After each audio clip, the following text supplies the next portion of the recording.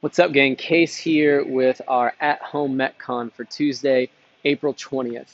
Longer endurance workout today, 4 different movements. The first 3 will roughly take 4 to 5 minutes. The last one is a 1-mile run that's going to take a little bit longer, but you'll have a 2-minute rest in between each movement today. Movement number 1, 60 burpees. Set a pace on these where you can just move through all 60 without having to take a break. So if you start to gas out, start getting down slower, getting up slower. Best burpee technique, when we come down, hands stay close to our ribs.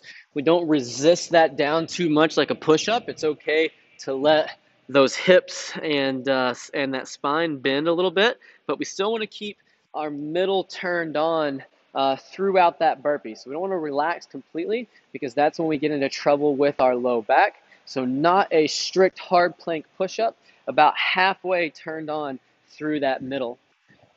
When we pop our feet in, we want to try to pop those toes just outside the hands. That's basically our squat position. That's going to be a power or a safe and powerful leg position. Jump and clap at the top. If that pop in, pop out is an issue, you can always step in, step out to get through that motion. And if you are having any back or hip issues, sub in with an up down where we pop back to a plank, pop back in. We can still jump and clap. That way we're not taking that low spine through as much extension and flexion. 2-minute rest after your 60 burpees. Then you'll go for a 400-meter farmer carry. You can use dumbbells or kettlebells for this movement. If you have 2, that's our preferred method for today. If you don't have 2 of the same weight, then we can go suitcase carry instead, just switching hands as often as you need to during that 400 meters. This should be a weight that you don't necessarily need to go unbroken on your 400, but you should probably be able to knock out that first 200 meters unbroken, and then after that, maybe we're setting it down every 50 to 100 meters. As we walk, think about staying tall, keeping these bells a little bit off of your sides, and then not letting our hips, body, or bells swing.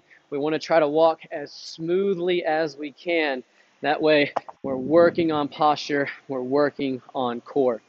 2-minute rest after that 400-meter carry. Then we've got 150 step-ups. Find something that's roughly knee height to step up to. Same thing here as on the burpees. Set a pace that you can just keep moving for all 150. So if that means breathing for a little bit longer at the top, that's fine. Slow that pace down as needed in order to stay consistent up through those 150 reps. 2-minute rest, and then you'll finish up with that 1-mile run. We have been running a little more frequently in our programming, so today's a good day to push on that run. We still want to keep our shoulders relaxed. We want to make those steps a little bit shorter. That way we're striking beneath our midline and we're not overstriding and striking that heel out in front. So think about staying tall, relaxing our shoulders, short, quiet steps. That'll make those steps a little faster as well. Your cadence will be higher because of that shorter step. That's totally okay. Push that mile. Your time today will be your score today will be your total time. So you'll even account for those 2-minute rests, spot the clock every time you finish up with a movement, and then time stops at the end of that mile run. Good luck on today's Metcon. It's a tough one.